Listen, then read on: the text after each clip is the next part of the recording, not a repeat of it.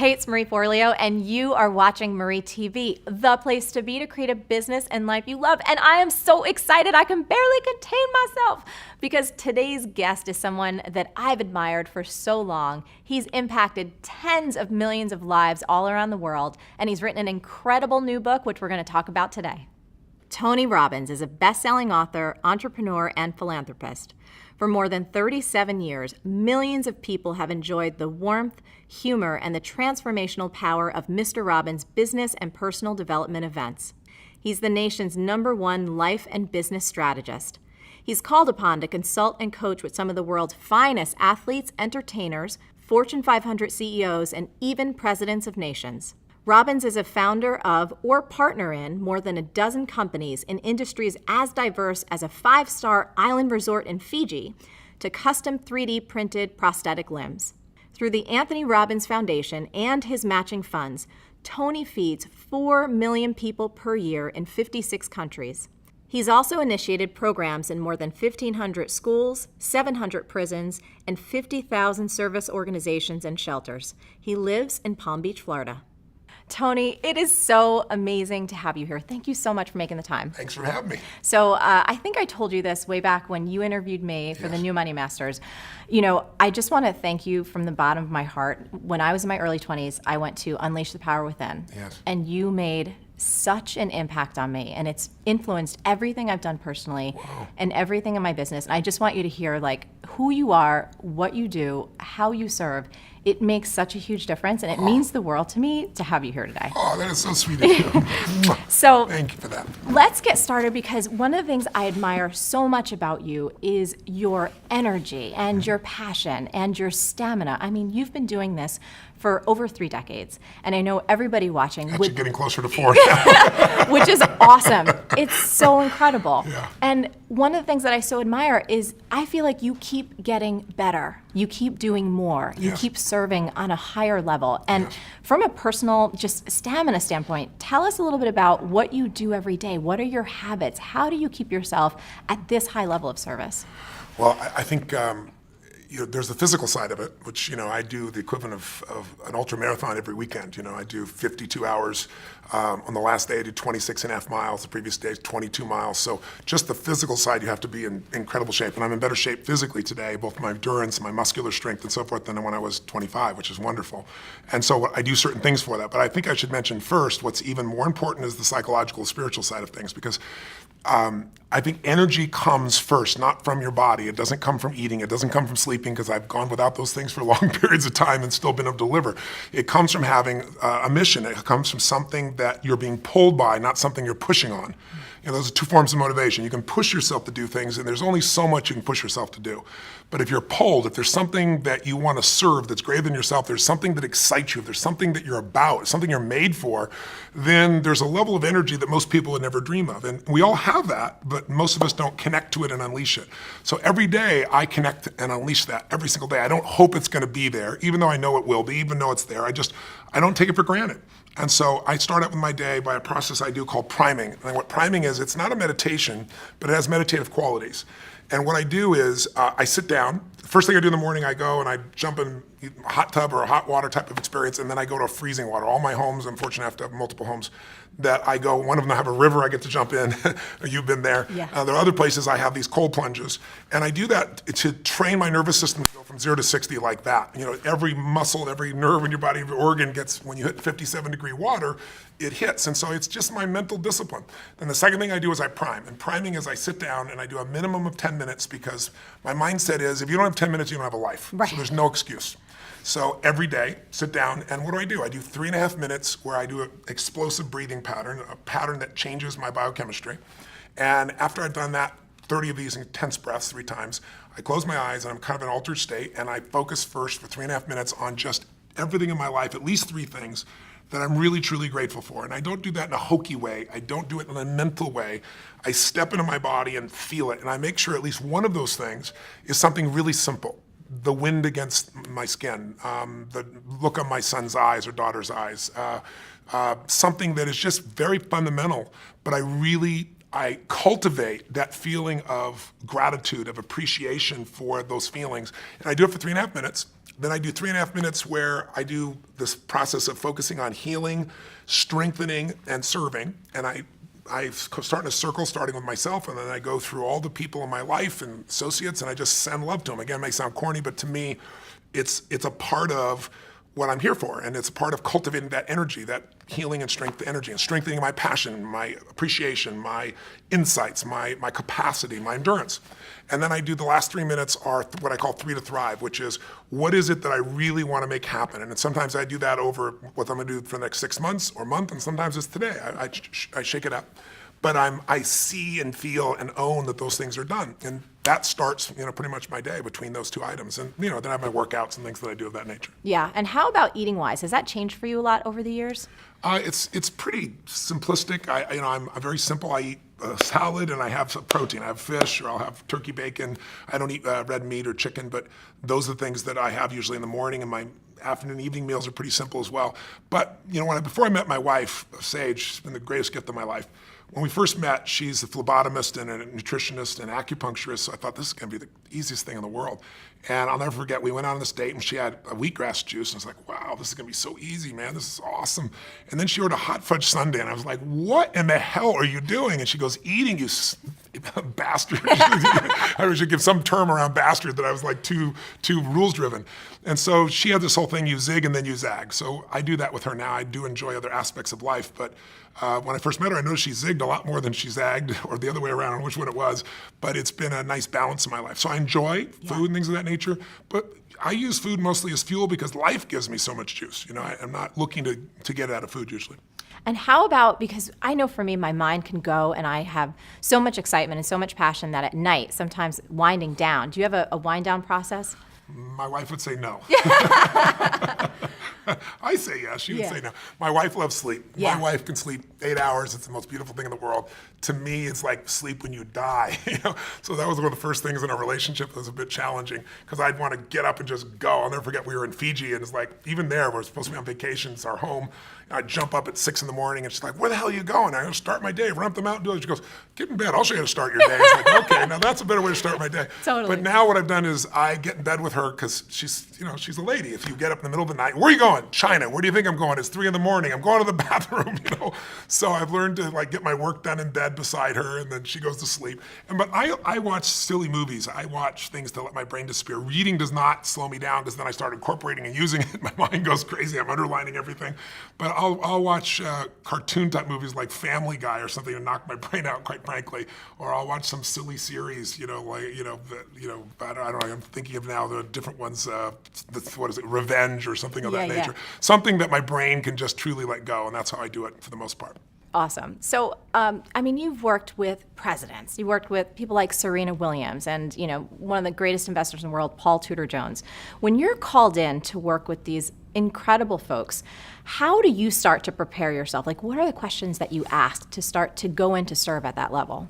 Well, they're different for everybody, obviously, but what I try to do, if I was trying to look at it from a universal perspective, I guess what I really want to know before I get there as much as I can is everything I can about the person. And I do that because I really want to know, what do they want? What do they want of their life? What's their mission? What are they after? And what do they fear? What are their concerns? Because I believe life is found in the dance between what you desire most and what you fear most. And if I know those two edges of a person, I know a lot. And then I dig under and try to learn as much as I can from other people about whatever the challenge may be. And then I go prepared to just learn from the person directly. But I want to know as much as I can before I go in there. Then I take all that I think I know, and then I see what's really real when I meet them. And I'm digging in to discover what's the challenge, what do they perceive it is. And usually, if I were to grossly generalize, if you're going to help somebody create a breakthrough, it all comes down to 3 areas. Either they've altered their strategy. We all have strategies, a specific way of succeeding, and sometimes we alter it, whether it be in sports or whether it be in finance or any other area. We forget something, we lose a little edge, we drop something out, and then it becomes a bad habit. Or sometimes it's a change in our beliefs. Like, you may have done something for decades and been really successful, but now, I know one gentleman who's a good friend of mine that, had 52 Academy Award nominations, and he said to me one day, he said, if I make one more frickin' movie, I'll kill myself. He's just like, I don't want to make a movie, I don't want an Academy Award, I don't want any of these things, And it's just like he's satiated. And so sometimes when people get satiated, they lose their hunger, they shift their beliefs. And When you change a belief, you change your biochemistry. When you change your belief, you change the way you execute. You change everything. And we all develop as stories. And sometimes stories are empowering, and sometimes the mental stories are disempowering. So I'm listening for those. I'm digging for those. And then I also look at their state. Because you could do the same exact action from a place of being pissed off or from a place of playfulness, and the same action's not going to get you the same result. And so I'm looking for that quality of what's going on in them. And then I look and try to find out what it was like before. So with Paul Tudor Jones, I went back and I watched videos of him when he was at his best. And I saw how he used his body and the way he moved. And I saw him now sitting still and kind of slumped over, and he'd broken his leg and he had talked at a different tempo. So I look at biochemically what's happening, physiologically. I look at psychologically what's going on, and then I look at structurally what they're doing. And then I develop a plan to help them get back to where they were and beyond, to better performance than they had before. Incredible. The other thing that I was fascinated I wanted to ask you so bad, you probably accomplish more than most people do in, I don't even know a time frame. And of course, you get to talk with people who are at the highest level of their game. When it comes to productivity, what do top performers know that a lot of people just don't? What are we missing? Well, I think the best performers are focused on outcomes and not activities. If you try to manage your to-do list in the world we live in today, where most of us have multiple roles, we're trying to be a great business person, a great husband or wife, great father, great community member, or whatever, there's just so many roles, you can never get all your to-dos done. And what helped me in my life was I started at one point saying, I'm not going to let myself fail every day. I'm not going to get a to-do list, and I'm not going to not write a list so that I don't fail. I need to focus on what matters most. I needed to organize my life into categories where I say, these are the most important outcomes, and then I know why I'm going to do it. If you know what you really want, the target, and you know why, you have the focus and you have the fuel, then how to get there, there's so many ways to get there. And then the most important thing I think that the most productive people do is we leverage what we do. We don't delegate. Delegation is I give it to you, and then when it doesn't work out, I'm pissed at you. Leverage is I empower you. If I'm leveraged, I'm still part of that, and I'm going to make sure you succeed. I'm going to follow up. I'm going to make sure before the deadline I touch base with you. I'm going to make sure you have the resources to succeed. But what I do is empower people. Go, here's the outcome, here's the why. I get you and I aligned with the outcome and the why. You figure out how you want to do it. I'm open. You want brainstorm with me? I'll do it. You'll probably come up with better ideas than I do. And when you empower people to come up with their own how, and they know what and why, you can get the job done 100 times faster, especially if you get a group of people. I'm a big believer that early in my life, I thought I was such a smart person. I'm going to solve all this stuff. Part of it was being responsible, and part of it is ego that we all have inside ourselves if we've succeeded to a certain extent. I said, this is bullshit. You know what? Instead of one person solving 12 problems, I want 12 people to solve one problem. And I developed that practice, and I began to find that people that many people thought weren't going to contribute had insights nobody else had. I really got it from Steve Wynn. Steve Wynn's a dear friend of mine, and he's rebuilt Las Vegas, one of those brilliant men I know, multi-billionaire. And Steve really learns the most from the bellmen, from the people that would never make it into the C-suite. He learns what customers are feeling, what they're experiencing, how to have an impact, what needs to be changed, because these people are on the front lines. So I'm a big believer that you need leverage. And if you're just starting out in business, I know a lot of people that will probably watching your shows are watching you because you're a successful businesswoman who's built your own entrepreneurship. You've done so many great things. I think in the very beginning, the hard thing is you think you can only do it yourself, and then there's only so many hours, and you've got kids and family and friends, and how do I do it all? The answer is you hire someone. You trade with someone. You trade them for 2 hours. That's what I did in the beginning. Because I'll never forget, I was just really young in my career, very in the early days, and I was running to get to the dry cleaners so I could get my only 2 suits. Because if I didn't get them, then the place closes, then I can't get on the plane, and running to the airport, sweating like crazy. I'm a sweater anyway. Right? It's like sweating like this, trying to get in the door, and it's like, what is wrong with this picture? I could be doing something that's so productive, and I'm standing in line at the dry cleaning place, and it's just nuts. And so I was really young, I was like 17, 18, 19, I don't know what it was. And I said, I'm gonna hire somebody. 2 hours a day, that's what I had to start with. And then it was 4 hours. And so my view is I don't do anything that someone else can do better, and I don't do anything that isn't the highest and best use of my time. Now, when I say that, that's gross generalization. There are things I still will do. But for the most part, by finding people and getting clear on outcomes and the why, what I call RPM, you gotta know the result, you gotta know the purpose, and then you gotta have a massive action plan. And the plan can change. But that RPM, the stronger the RPMs, the faster that car is gonna move. And I try to do that, not just through myself, but through other people. Beautiful.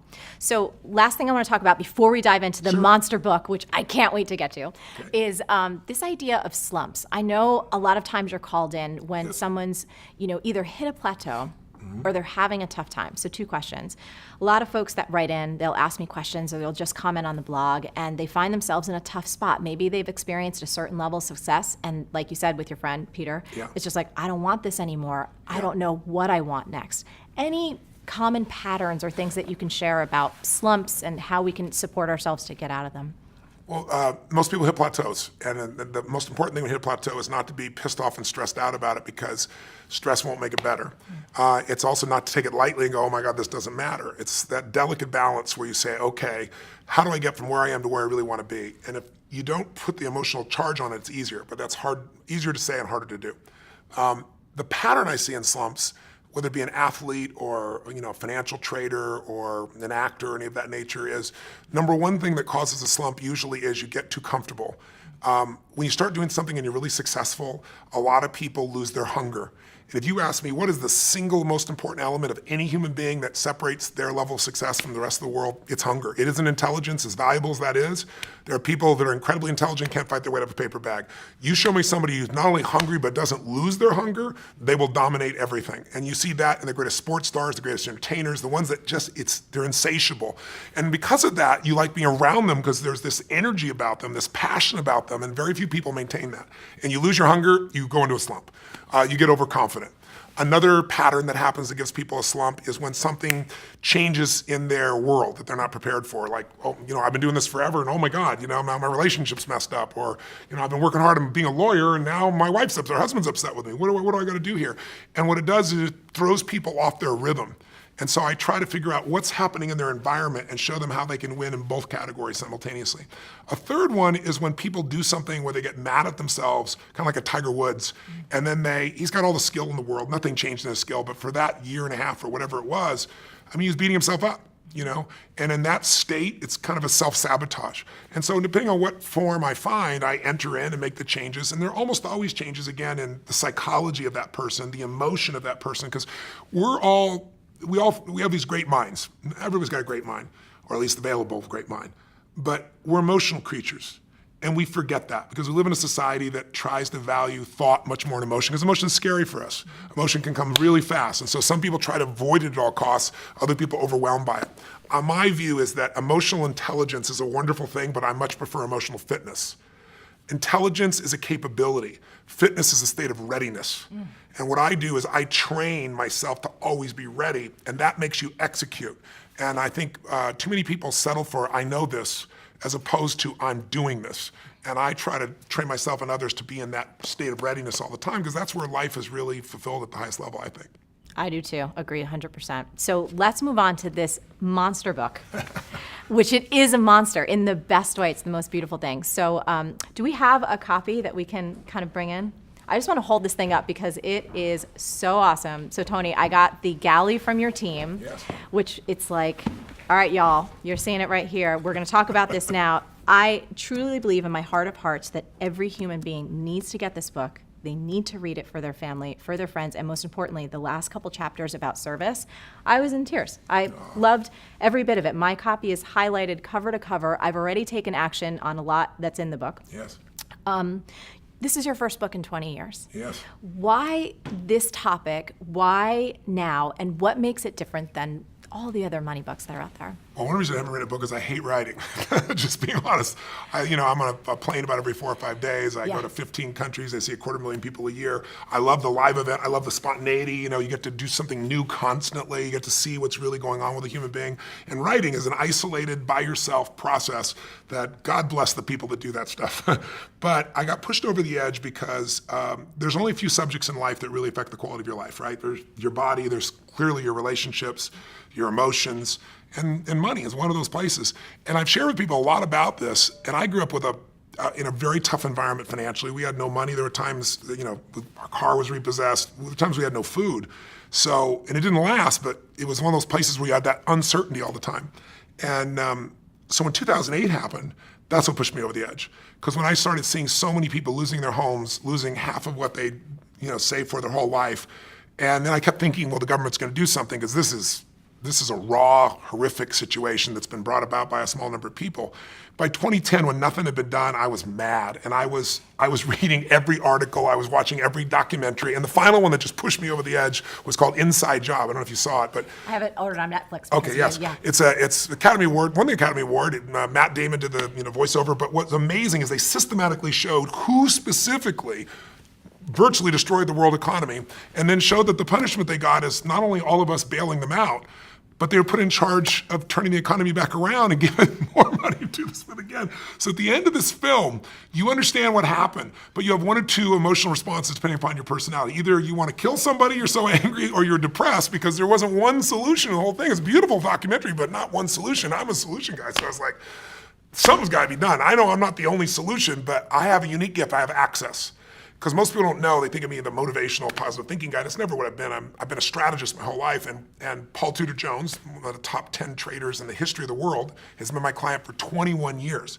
Literally every single day, he emails me, I measure him a variety of things, I see him face to face. I've been with him side by side in the tech crash in 2000, in 9/11, when he went through the subprime crisis, 2008, falling gold, and he's made money every single year for 21 years. And even beyond me, his firm has made money for 28 years. So it isn't just me, it's Paul. And I've learned from him so much over those decades. And I just thought, if I didn't just interview him, what if I interviewed 50 of the most brilliant financial minds that in the history of the world that are alive today? Let me interview them. Let me find out, can the average person really still win? And if so, how? Let me get, not some talking head on television telling you the same BS about go put your money in some 12% per annum mutual fund that's never existed for 10, 15 years, but the truth. And so I began this 4-year journey, and I was blown away. My average interview was scheduled for 45 minutes. They went 3 hours, some of them 3.5 hours, 4 hours. And people became incredibly generous in what they shared. And they shared things that they've never shared before. And I put them into a 7-step process so that whether you're a millennial that just got out of college and got a bunch of college debt saying, how will I ever get around this? I'll show you how to get financially free. You're a baby boomer and you lost a bunch of money in 2008 and you didn't get back in the market. I'll show you what you can do. You're a very sophisticated investor and you want to know what Ray Dalio does that it's never been revealed about, I'll show you what he does. And so I'm real proud of it. And you've seen the level of endorsement I have from the highest level of people in finance on the earth is pretty extraordinary. It's because it's really their work, it's not mine. I had so much fun reading it, and honestly, I was intimidated by a 600-plus book because I knew we were doing this interview, and I prepare as much as I humanly. I'm like, all right, I'm going to speed read, but digest everything. Yes. And one of the things in the beginning, when you start breaking down the myths, yes. I just kept getting sicker and sicker and sicker with how much the general public, how much people don't know and how they're taking advantage of. So I wanted to ask you, was there one in particular that just totally pissed you off? There was a ton. I know there's 9 myths in the book. I put the 9 most abusive ones in there. They're there. Here's what I'd say. I want to mention one of the myths, though, to start with. Not a myth, but a step. I want everybody who's watching to remember one thing. The biggest myth you have, not the one that's been sold to you, that hurts you is the average person thinks finance is so complex because, frankly, the industry tries to make it sound complex. They use words that you don't know, so you don't know what to do. What does this mean? And so what happens is we just give them our money and say, deal with it, and we don't realize that system has been set up. It's not an evil system. It's set up by corporations that are looking to maximize profit for those corporations. They're not looking out for the investor because this investor's second, and we think we're first, and we're not. So the first piece is you got to know that you can't wait till you have a ton of money to start investing and think, I'm not an investor. What you got to do is say, rather than my Apple phone, let me own Apple stock. Let me own a piece of all the best companies, not just Apple. I've got to become an owner or I'll always be in scarcity. If you can invest in business, even a small amount, you can grow. And I don't care how small it is, but you got to automate it. There's a gentleman named Theodore Johnson who is amazing. He worked for UPS, started as a driver, never made more than $14,000 total in a year. That was his highest salary in a year. In his old age, he's worth $70 million. And how did he do it? All he did was what I teach is the first step is you got to take a percentage of what you earn and pretend it's a tax. You're never going to see that money again. You automate it, it goes straight to the investment account, and you never see it as money you can spend. He did that with 20%. He said, I can't save 5. Somebody in his family said, if there was a tax, you'd pay it, and they made it 20%. When you save 20% and you compound it, its numbers are incredible. So I show people how to do that. But then the problem is, if you do that first step, but you don't do the second step, which is become an insider. Yes. And understand the rules of the game, then the old adage is a person with money meets a person with experience. The person with experience ends up with your money. I mean, that's how it works. So I'll give you 2 or 3 of the myths real fast. One, this myth that someone says, give me your money and I'm going to beat the market. It's just a lie. Warren Buffett made it clear it's a lie. Ray Dalio, one of the greatest investors in history. David Swenson, who has taken Yale's money, $1 billion, and converted it to $24 billion in 2 decades, the greatest institutional investor in the world. They've all said it. Warren Buffett flat out said today, he said, listen, in my will, 90% of my money, all that money does not go with any mutual fund, it goes straight into the index. What the index is you get a piece of all the largest companies in the world, but it costs almost nothing to get in. Because over any 10-year period of time, 96% of mutual funds will not even match the market. Now you're paying for a mutual fund. What this means is you hire someone because you say, I have a family, I have a business, I have a life. I'm not an investor. I'm going to hire someone who's a professional. It makes sense. They would do better than me. Unfortunately, that's wrong. Because what happens is 4% of them will beat the market, but it's not the same 4%. Mm-hmm. So your chances of finding the right one, have you ever played blackjack? Yes. So if you play blackjack, everybody knows you play for 21. If you go above 21, you're gone. If you get 2 face cards and they're sitting in front of you and you got a 20 out of 21, and you got the chance to stay or say hit me, if you hit you, there's only one card that'll get you to the other. It's an ace. If your inner idiot says hit me, you have an 8% chance of winning. You have a 4% chance of finding the right mutual fund. It's not going to happen. So what happens for people is they think they've been sold we're going to do better, and they might for a year or two. But what matters, you live off the long term. You don't live off the year or two, and they just don't do it. Warren Buffett has a bet right now with Protégé Partners, which is a group that does hedge funds, and he said, you can pick 5 hedge funds. You can mold the best of them together. I'm going to own the market, which costs me next to nothing. You're going to get the hedge funds, which cost a lot. 10-year bet, who's going to win? Put up $1 million. Right now, they're 6 years into it. Warren Buffett's at 42%, they're at 12%, right? Oh. Just crazy. So the second thing is after getting terrible performance, people say, well, fees don't really matter, or they'll tell you it's only 1%. And I ask people all the time, how much are you paying? And they go, I don't know, or they'll say 1%. 1% is called the expense ratio. That's like the edge of the sticker price. If you read that 50-page prospectus in your mutual fund, even one of them has 50 pages, which you won't, you'd have a hard time with a PhD figuring it out. In fact, there's a man named Hilton Smith, I quote in the book, who spent 2 weeks, he's got a doctorate as an economist, took him 2 weeks to go through them all and figure out there are 17 different fees. And Forbes says the average fee is 3.12. Now, if you're watching right now, I'm sure I've lost your brain with all these numbers, so let me make it real for you. 1% versus 3%, big difference. Huge. Right? Here's the difference. Just like you grow by compounding like Theodore Johnson did, your fees also compound. And people don't know that when they hear that little number. So if you had 3 people and one gets 1% in fees, 2%, the other in 3%, they all get the same return. They start out with $100,000 at 35. For 30 years, they accumulate to 65 years old, 7% compounded. They all get 7%. The only difference is the fees. And when they go to retire, the person at 1% in fees is going to have $574,000. $100,000 to $574, not bad. If they added not another dime, pretty amazing. The person at 3% in fees will have $224,000. 77% less money. If you want to win a race and you have a 100-pound jockey on the back of your horse, or you want a 300-pound jockey on the back of your horse, fees at 3% are that. If I said to you, here's a deal, let's do an investment, and here's how I want it to work. You give me the money, you put up all the money, you put up all the risk, I'll put up no money, I'll put up no risk. If you lose, I win, and if you win, I win. And if you win, over the life of the time, I'll get 60% of what you earn. You'd say, I'll never do that in a million years. That's a mutual fund with 3%. It's one of the only industries on earth where they've confused this enough that we don't understand we're overpaying by thousands of percent. You could own the stock market, the S&P 500. You can own a piece of all 500 big companies through like the Vanguard 500. Mm-hmm. And you get the best of all the business, Apple, Exxon, all these companies. And it costs you 0.17. That means less than 0.2%. If you went to a normal mutual fund, you might own the same companies for 3.17. That's like buying a Honda Accord for $20,000 or $350,000 for the same car. If you pay $350,000, you figure out the person next door paid $20,000, so you go crazy. That happens every day with finances because people don't know how to look at this. So when they read the book, that'll never happen to them again. Yeah, and this is, there's so much. I could talk to you forever, and I know your team is like, oh my God, we got to get him out of here. But a couple things before we wrap up. First, what we discovered with the all-season strategy and what you were able to inspire Ray one of the leader of what? The largest hedge fund in the world. Yes. It's absolutely incredible. He's an amazing man. Let me just give it to you really quick. Ray Dalio is his name. Ray heads Bridgewater, which is the largest hedge fund in the world. A hedge fund is where wealthy people often put their money because they can bet up on the market or down and be able to do a lot of things as a hedge fund. And a large hedge fund, a good sized one might be 15 billion, Ray's 160 billion, so he's 10 times the size. To give money to Ray 10 years ago, you had to have a $5 billion net worth and a minimum of 100 million on the first day, or he wouldn't even talk to you. That was 10 years ago. Now, no matter how much money you have, you won't do it because he manages money for China, for countries, for giant pension funds. So I get a chance to meet Ray, and I did 15 hours of prep for that. Just like I want to be able to pitch and catch with him. I was very fortunate, found out that he'd listened to my tapes and was a fan of my work from years before.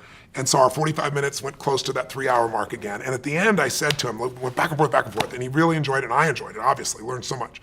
I said, Ray, I asked this to all these people, if you could never give any of your money to your children, and all you could give them was be a strategy, a plan, a portfolio that they could not only succeed with, but they wouldn't have all that ups and downs that make people get out of the market and lose.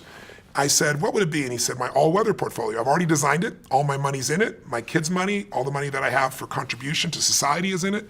And he said, because I know I'm not going to be here forever, and I need something that's going to work in any market. And he said, I've worked it all the way back to 1925. I've tested it. And it makes money. And he said, I did it for myself for years, and now I do it for my clients. I said, explain it to me. So he explained it to me, and I'd done my homework. I knew a lot about it already. But at the end, I said, okay, Ray, you've really explained this. Brilliant. You're showing me why in 2008, people that had half their money in stocks, and they thought they were safe, half their money in bonds, like everybody tells you, a balanced portfolio, they both lost money. He explained why. He explained how you could avoid that. But I said, Ray, you told me everything but the percentages. So it's like, bake this perfect chocolate cake. And he says, bring some chocolate, bring some sugar, use some dairy products, but you're not telling me the amounts. I said, he goes, Tony, that's my secret sauce. And they give me the whole 5 billion, 100 million. I go, I know, but you said you haven't taken money in 10 years. You're not going to take any money. You know the average person can't do it on their own. Help the average guy out. And I was teasing him, pushing him. And he goes, well, it's complex. I said, but I'll simplify it. He goes, well, there's leverage. I said, design one without leverage. The average person can do 15 minutes a year. And he goes, well, it wouldn't be perfect. I said, your idea of not perfect will be better than anybody else on earth. Totally. So he sits there and he starts scratching this thing out for me. And I'm like feeling this vibration in my body. It was just incredible. At the end, it was incredibly generous. We went and tested it, back tested it. So it means you compare it year by year what it did. In reality, not hoping what it'd do, but back testing something for a year or 2 years or 5 years, one thing. We back tested it 75 years, the worst and the most volatile times in our history. And interestingly enough, it's right, 85% of the time it made money. And the few times it didn't, the average loss was 1.6%. The largest loss in 75 years was less than 4%, minus 3.5. And that was 2008 when the market from top to bottom was down 51%. And that's the most of the loss in 75 years, and the average return is just under 10%. And this is something, a bunch of my friends were like, bake this into a business, dude. This is like incredible. And I was like, you know what? I'd love to do that, but this was given in the spirit of free to anybody. Yes. So it's there. Somebody can go to the library and get my book and they can just copy the thing down. But it's available to any human being and anybody can put it there. Now, that's not the only strategy there. I have David Swenson strategies. I have all the best. Tons. But his strategy is the smoothest ride. Because the biggest challenge, if you look at the last 30 years or 20 years, 1993 to 2003, the average investor in mutual funds, well, the market did 9.2% per year, really nice, on average. The average mutual fund investor did 2.5%, and that's before taxes. You're going to double your money every 36 years doing something like that. It's just, it's not going to happen. You get killed. Okay. As we wrap, so you're not earning a dime off of this book. No. So tell us all about your passion for making a difference and what happens each and every time someone purchases a copy of this incredible thing, which everyone needs to get. I'm really proud. I didn't start out to do that, quite frankly, but I was writing the book, and as I mentioned, when I was a kid, we had a Thanksgiving, no money and no food, and somebody came to the door, knocked on the door, and delivered this food, and it was life-changing for me because it wasn't the food, it was that my father had always said, nobody cares about anybody else, He built that belief system into us, and I saw that strangers really care. And so I swore someday I'd do something to give back. So I was 17, I fed 2 families, and the next year, 4 families, the next 8. I didn't tell anybody, but after the 4th year, I was like, I could use some help. So I got my friends involved, and then my companies, and then it built to 1 million people, and then 2 million people. In the last 4 or 5 years, I've been matching the 2 million my foundation does personally with another 2 million, so we feed 4 million people a year. But while I was writing this, Congress last year passed a new budget that nobody seemed to pay attention to, where they cut food stamps they don't call it food stamps anymore, but it's food stamps, by 8.7 billion. It basically eliminated 2 million people from having food. And so I work with all these nonprofit organizations that are already struggling. And it just made me crazy. And I thought, okay, what if I'm working my ass up on this book, but you know what? I could donate all the profits of this book, not a percentage. And then I thought, what if I donate all in advance? Whether I make money in the book doesn't matter. I'm going to do it in advance. How many people could I feed? And it was 10 million. And I was like, wow, that excited me. And it just grew a life of its own. As time went by, I started thinking, how could I really get people's attention about it? And so I finally decided that I'm going to feed 50 million. I'm writing the check actually next week. Personally, I'm going to feed 50 million people up front. And in addition to that, I'm working with Feeding America. They're the best hunger relief organization in the United States. And they're going to partner with me to get matching funds so we can feed 100 million people. And it's just exciting. I've fed 42 million people in my life. I'm going to feed more people this year. And so for anybody who gets a book, if I sell 1 million books, 50 meals for every person that's there. If I sell 100 books, it'll be 500,000 meals for there. But it doesn't matter. I've done it up front. And I'm not doing it because I'm a good guy. I'm just paying it forward. People forget what a little bit of caring can do for, to inspire or to move somebody. And I don't even know to this day who fed my family that day. But if they're out there, if they're still alive, I hope they see and hear the story and know what's going on. My guess is they pass because I've shared the story many times and no one's volunteered to share what it is. But that person made a giant difference. It wasn't just feeding, it was caring. And that's what I think changes people's lives. I think that's the thing that I so admire about you. I've been to so many of your events. I will continue to be a supporter, a fan, a friend. Thank you. I think you're one of the most incredible human beings in the world, and your heart and your soul shows through in everything that you do. Thank you. Thank you You're very sweet. so much for being here. And for everybody, you have got to get your hands on this book. We're going to have links below. We're going to be tweeting and sharing about it. It will change your life, the life of your family. And like I said at the end, there's a beautiful piece about why it's so important for all of us to make a difference. Tony, thank you so much. I love you. I think you're great. So beautiful to see you again. Thank you. Thank you. Now, Tony and I would love to hear from you. What's the single biggest insight that you're taking away from today's episode? And more importantly, what's the biggest action you're going to take as a result of all of this goodness? Now, as always, the best conversations happen after the episode over at marieforleo.com, so go there and leave a comment now. Did you like this video? If so, subscribe to our channel, and I would be so appreciative, especially for this one, if you shared it with all your friends. And if you want even more awesome resources to create a business and life that you love, plus some personal insights from me that I only get to talk about in email, come on over to marieforleo.com and make sure you sign up for email updates. Stay on your game and keep going for your dreams, because the world really needs that special gift that only you have. Thank you so much for watching, and I'll catch you next time on Marie TV. Can I get a what? Whoop, whoop. You're getting Thank you, thumbs up. sweetheart. I appreciate that. I'm starting to feel better about myself already.